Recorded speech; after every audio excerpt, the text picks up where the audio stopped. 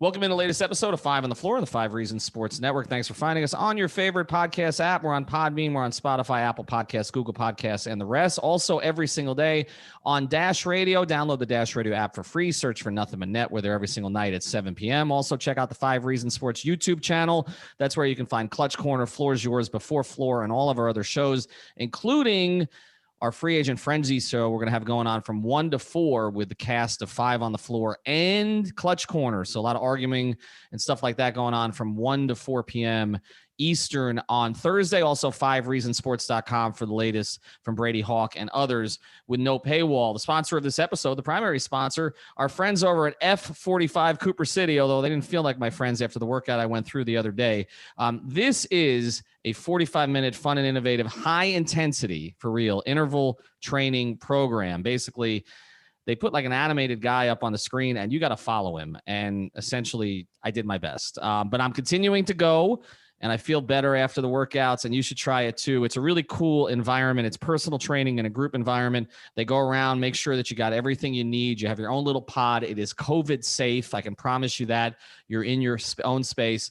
And again, it's a great gym. It's clean, and they'll keep you engaged and motivated there. The workouts burn up to 500 calories per session. They'll help you drop the quarantine 15. And here's the best thing. No contract membership. You're not signing up for a gym where basically you got to give away your firstborn after you figure out that you got to keep paying for this thing. These sessions are as low as $8 a session. That's right, just $8 a session. So definitely ask about it. And they've got discounts for teachers, nurses, military, and first responders. Try them out free for 7 days. Again, this is the F45 in Cooper City. So this is kind of West Central Broward. Make sure that's the one you go to, particularly if you're in Broward County. The phone number, 954-745-4517. You see the 45s in there? 954-745-4517. And now, today's bonus episode. 1, 2, 3, 4, 5 on the floor. Welcome to 5 on the Floor, a daily show on the Miami Heat and the NBA featuring Ethan Skolnick with Alex Toledo and Greg Sylvander, part of the 5 Reasons Sports Network. All right, Ethan Skolnick back on 5 on the Floor. Here's the floor plan for this one. We're squeezing this one in prior to the Heat's game against the Suns because there's so much going on from a trade deadline perspective. I recommend you check out the 5 Reasons Sports Twitter feed, as well as Adam Barai, the Clutch Corner Twitter feed, and also Greg Sylvander Twitter feed. We've been posting stuff all day. Also, I put up a video on 5 Reasons YouTube with the latest on Kyle Lowry, which hasn't really changed much since I put that up at 11 a.m. today, kind of what's going on. We'll get into that here, although I will say that pretty much every national reporter has confirmed our reporting in the past few hours. So let's get to it. I've got Alex Toledo. Greg will be on with me later. But we've also got our guy, Steve Jones Jr., who has been on the pod with us before. You know him now as the co-host of the Dunker Spot with our other friend, Nikias Duncan. A great, great podcast that you should check out. Steve has experience working in the league. He's covered the league. And really, Steve, first thing, we appreciate you being here. So thanks for doing this. Well, thanks for having me on, y'all. And everybody wanted you to come back after the last time. And I think what Alex and I want to do with you today is we're not going to get into the specifics of each trade rumor here because things are moving so fast and things could be different by the time we end. But I want to get into player and basketball fits with you. And kind of, we've talked on the podcast here on 5 on the Floor about how the Heat are reshaping this team on the fly around Jimmy and Bam, around the Jimmy window that ultimately will become the Bam window. It pretty much means they're not looking to trade anybody else, but then anybody else could be available for the right move. The talk today is about Kyle Lowry. The latest that we've reported is that Tyler Hero is not in the current deal for Kyle Lowry that would be sort of directly with Toronto or another team, but that Duncan Robinson and Precious Achiuwa are players that would interest Toronto and could be available. In fact, I know that Precious is, and our belief is that Duncan at this moment is a part of this deal. What is the Kyle Lowry basketball fit in your view with Jimmy and Bam? He works really well as a third piece with those two, just because of the multiple things that he can do. Obviously, playmaking, you can run him in pick and roll with Bam as a roller. That's something that can be a little bit more of a weapon and cause defenses to see him as more of a threat. You can run him off handoffs, so you can stick with a lot of the things that you run. He can be a secondary attacker when he spaces the floor. If Jimmy or Bam kicks to him, he can either hit the shot or drive that closeout and create another play. So the fit is absolutely there. And then he fits in defensively. Ball pressure, good help defender. Obviously, age is age, but he's someone who can run right into the schemes and help you on both ends of the floor. So I think Lowry is a guy who complements those two in a sense. You wonder how much he elevates the team, but he definitely does bring a presence to them on both ends. Steve, by the way, I'm a big fan of the way you egg on Nikias in the show, the surprise puns. So just wanted to give you shout outs to there. I think it's a good job what you're doing over there with that part. But also wanted to, to jump on to what you're talking about with Lowry and the fit that he is with Jimmy and Bam.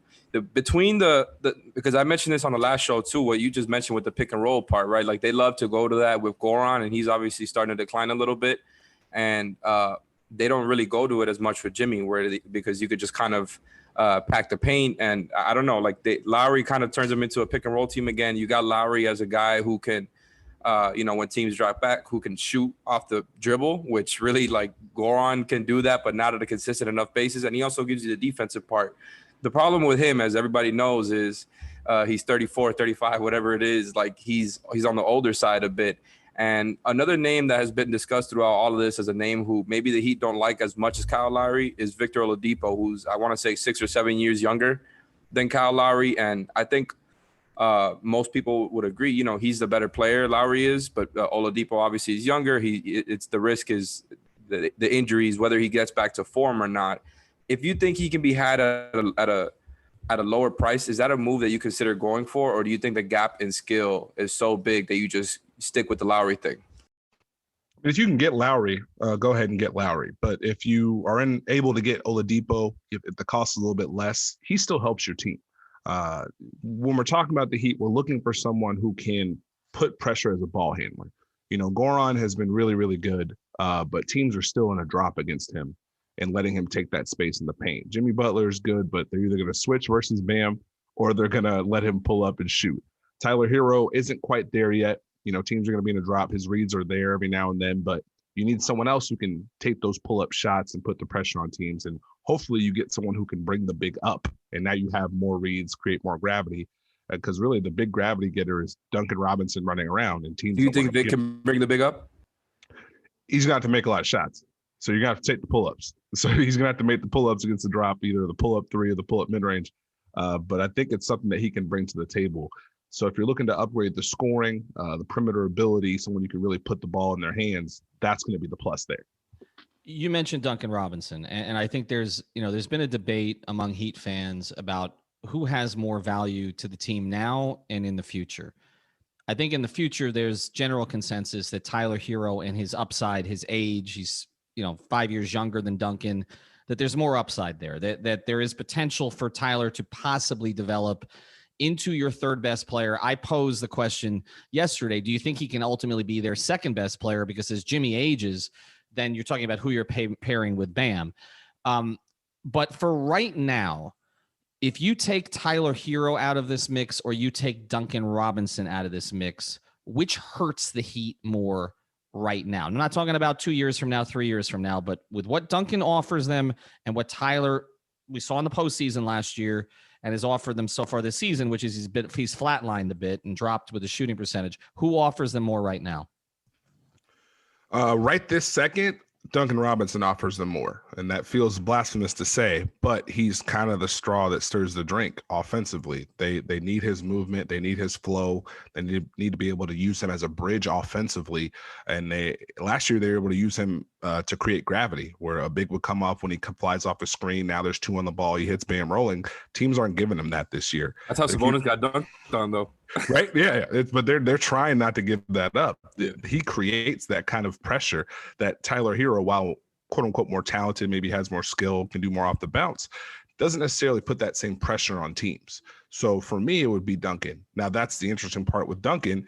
have you maxed that out?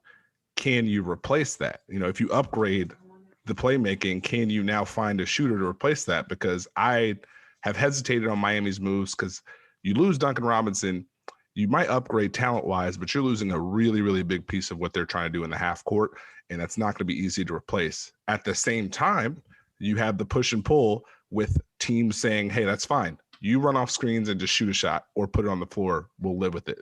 So how do you maximize his talent without hurting yourself long-term? That's kind of where I'm at right now. Well, and the other thing about it too is that, you know, they're not playing Duncan down the stretch of games. And I think ultimately the decision, I mean, there's the two other factors here. One is he going to be a closer for them? And it doesn't appear that he is right now. And two, are you willing to pay him $18 to $20 million? So I'll throw that at you because that's hanging over their decisions with Duncan and with Nunn. In your view, is a shooter like Duncan Robinson worth high teens per season on a long-term contract? Or could you plug it with a bought out JJ Redick this year? Maybe it's Wayne Ellington coming back to Miami, you know, as he finishes up his contract. Can you find shooters that are good enough that it's not worth paying Duncan Robinson, you know, $17, $18 million a year long term? Well, shooters are always going to find the bag. I think we found that out here recently. But I would say it's probably more worth it if you can upgrade and move on from Duncan and replace that with those kind of veteran shooters, that may be the big picture move as far as upgrading the team. So you could, if you can get JJ or Wayne on a buyout, and now you've traded Duncan to get an Oladipo or a Lowry, you find yourself in a somewhat similar position. You've still got multiple forwards who can guard. You still have shooters. Now you have an upgraded playmaker where you can kind of recreate what you're doing with a little bit more punch, I would say. So it may be worth it to make that upgrade in the short term and the long term. So Steve, another part of this, like we're over here talking about Duncan and Tyler, and I agree with you. Duncan is definitely the more impactful player right now. I also agree that Tyler is more skilled. I don't even think that's a question. And as far as, you know, I don't really like to talk about guys as far as assets, but that becomes a thing during trade talks. Of course, like the one argument to make for keeping Tyler, I guess, is, you know, besides the fact that he's a lot younger than Duncan, is how much more skilled he is at that age, the fact that he is that young and he is going to be under, you know, as a cost-controlled guy for the team as opposed to Duncan. And, you know, the same goes for Kendrick Nunn, who were both lined up to get paid this summer. And it seems like the Heat are really thinking about moving on from these guys. And my whole thing with adding another playmaker in the backcourt, as well as, of course, the obvious spot at the 4 that they've been trying to fill that they patched up with Ariza there, is once you get in that extra playmaker who can also ideally guard other guards, that would make it easier on guys like Duncan, so I wouldn't have to rely on that dribble handoff action so damn often. And that's been my thing with them. It just feels like they haven't had that in and out balance. And in regards to that, it seems like they'll be keeping Tyler over Duncan in a move like this. Do you think that same logic applies to Tyler Hero? Would he be helped by another guy in that starting lineup with him, whether it's Oladipo or Lowry? Do you think that same logic applies? Do you think it would turn him back into a better shooter because it's not so much pressure on him to play make? Yeah, absolutely. I think one of the things we've seen is he showed last year the growth as far as being able to make those plays. And this year, you've seen the regression a little bit. I don't know if it's because he's had to carry more weight, being in and out of the lineup, multiple factors. But I think having another guy that they can plug in, even if Tyler's coming off the bench, maybe they stagger the minutes, however they do it, that's only going to help him allow himself to be not just a better playmaker, but also not have to face as much strength defensively. You know, if you're playing next to a guy who can make those plays, you're attacking secondary rotations instead of being the guy that creates for everyone else. So I think that would be an interesting dynamic. And I think anything they can do to make it a little bit easier for him will help him out long-term, just to get his confidence back going. Because we've seen him make the plays. He's just not making them right now. All right, we're going to talk about the front court here when we come back and get into LaMarcus Aldridge and some other possible targets there. Before we do, though, I want to tell you about another great sponsor of the 5 Reasons Sports Network. He actually hosts a value plays segment with me once a week, so he's going to come on here later this week. That's our friend over at 5reasonsrealtor.com. Reach out to Eric Brown. This is the guy you want to go to if you're trying to sell your house or even buy a house in South Florida. Yes, prices are at record levels, but do you know what your property is worth? It's probably worth more than you realize. If you're interested in finding out how much, again, reach out to Eric at 5reasonsrealtor.com. That's FIVE, reasonsrealtor.com, the official real estate advisor of the 5 Reasons Sports Network. Eric is a real estate professional with several years of experience representing clients from all walks of life. He's got a Wharton School business education. He will work the numbers for you, identify your property value, negotiate on your behalf, just like we've got going on here with trades, and provide an unmatched level of service. Plus, he knows a little bit about Heat basketball, and he's probably going to be challenging me on some things later this week. So reach out at 305-967-9089. That's 305-967-9089 or at 5reasonsrealtor.com. Again, Eric Brown, the official real estate advisor of the 5 Reasons Sports Network. All right, let's get back to Steve and Alex here. Now, we're talking about the backcourt, and the shooting has been a huge problem this year. I mean, and before we get into the specifics of the front court, what do you think it is? What's your theory on it, Steve? How does a team go from being so good as a three-point shooting team that they basically got to the finals on the strength of it? They were not a great defensive team last year. They got better in the bubble, but they were not a great defensive team. They were an elite three-point shooting team on high volume. They've been a bad three-point shooting team now for at least 6 weeks. I mean, they don't shoot over 33, 34% in many games. We've seen Duncan drop down from mid-40s to high 30s. We've seen Nunn has gone down a little bit. Olynyk's number has plummeted. Dragic's number is down, and Hero's number is down from 39 to 30%. Was it a bubble fluke situation, like a lot of people say, or what do you think accounts for it? I wouldn't go bubble fluke. I think that's too strong for my taste, but I guess I got a weak stomach. What I would say is it's an interesting part with Miami in that earlier in the year, I was a little bit more concerned because they were struggling to generate the quality looks. And then I was like, I don't know how you're going to progress this, where you're going to go with this. Now they're generating the looks. They're just not knocking them down. And you have all of your shooters slumping at the same time, which is not ideal, which makes it also difficult to analyze. So I trust the fact that they're still able to generate these looks, and they're still getting the guys in position to knock them down. And that is probably the base that you want going forward. Now, if you're not making the shots, that's going to be the end of the story. But once they are unable to generate those open looks, then you've got a problem. See, and that's been kind of the conundrum this whole season. Like you said, it's been a progression where they had terrible circumstances early on, no consistency with their roster, and the offense has been a problem throughout. Whereas the beginning of the season, like you said, they weren't getting the looks. Now they're starting to get the looks and just shooting awful. Like, it's ridiculous. I'm sure some of it will go back up, but they have consistently been a bottom 10 shooting team for pretty much the whole season. Whereas last year they were consistently not only top 10, not only top 5, but top 3. And they kind of never wavered for the whole season. And that was before the bubble, you know, when Jay Crowder had that one round where he went crazy and the rest he was competent. Like, it just feels like some of it should go back up, but is it going to go back to being enough where it's that great threat that it was last year, that great weapon that it was last year? And you put that on top of Goran's decline, and he if he can't give you that third all-star production, I think that's kind of why we get to this road here now where it's about looking at other guard options, other two-way guards here. Would you be going down the same route if you're Miami? And also, how do you feel in general about just, is it all about the missed shots, or do they need to start adding a couple other things to the playbook there? Well, I would say making shots always helps. I think they're a rhythm team. You know, when they get hot, it looks a lot different. When they're not, it looks like a grind every time.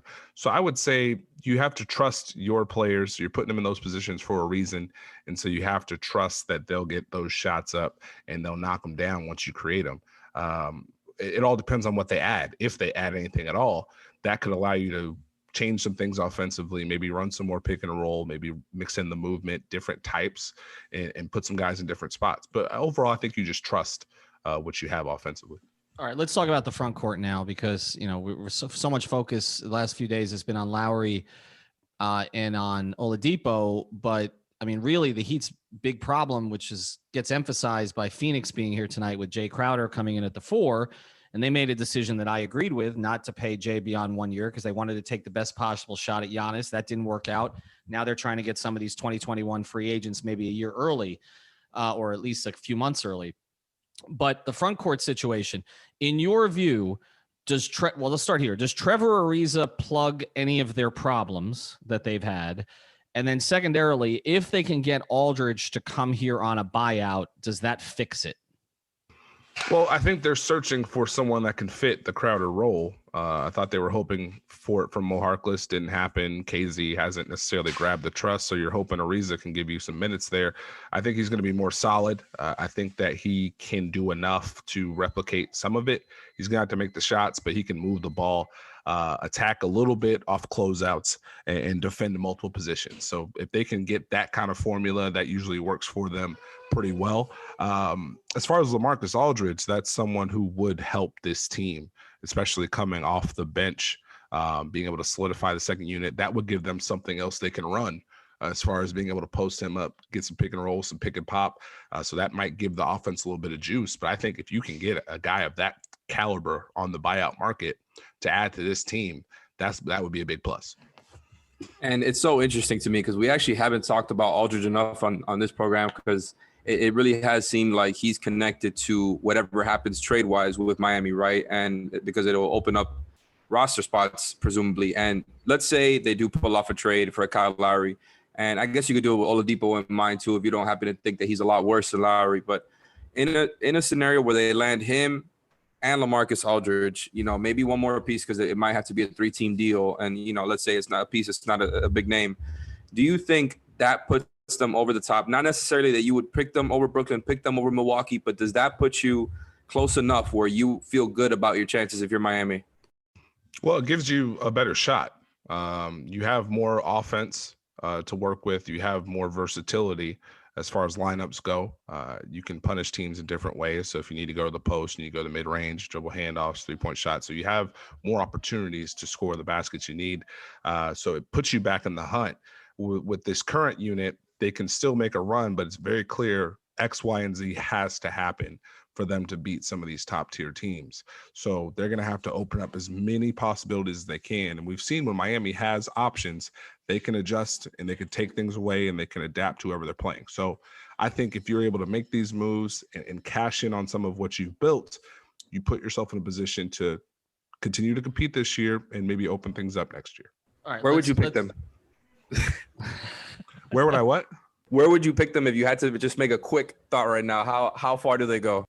Oh, it depends on the matchups.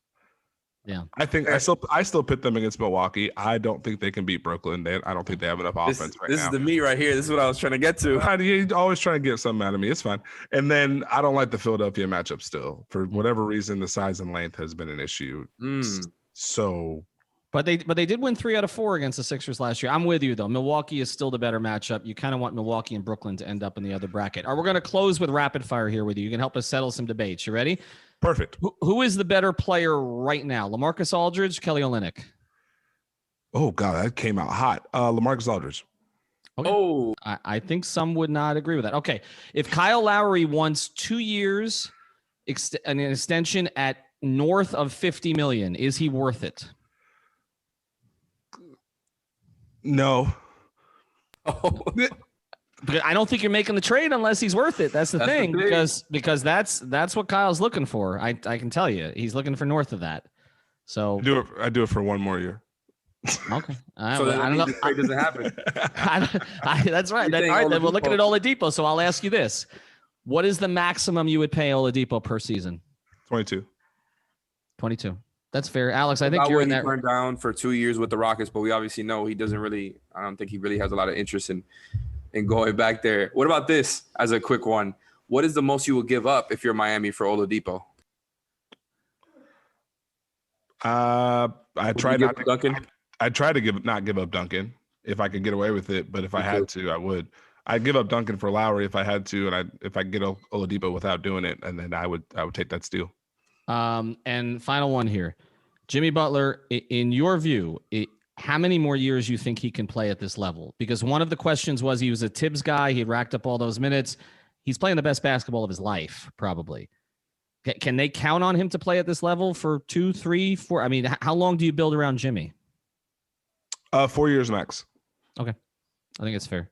I think that's where the transition to Bam would go over. All right, Steve Jones, Follow his work. Follow the Dunker Spot. Follow the puns with Nikias. He loves old big men. That's gonna be taken out of context. Not a KD fan. We'll see. We'll see. Wait, these narratives. Hold on. No, it's fine. It's fine. I'll deal with it. Let me text when Blake starts averaging 23 and 11 again, you're gonna look right. Andre Drummond, you're a big Andre Drummond guy, right? I just am a realist and not gonna destroy him. That's all. And that makes me the old man cape guy. But that's fine. That's all right. That's fine. We love slow bigs around here as long as they're coming off the bench. All right, Steve. We appreciate you jumping in here. Get out of here, Alex. Go swat mosquitoes. All right. Thanks, Steve, for doing it. We appreciate you jumping in. Go pick up your kids. All right. Thanks for having me. All right. Check out our sponsors again. All of them, but Miami Grill, F45 in Cooper City, our friend Eric Brown, 5reasonsrealtor.com, and play Prize Picks. Use the code 5. Thank you for listening to the 5 on the Floor on the 5 Reasons Sports Network.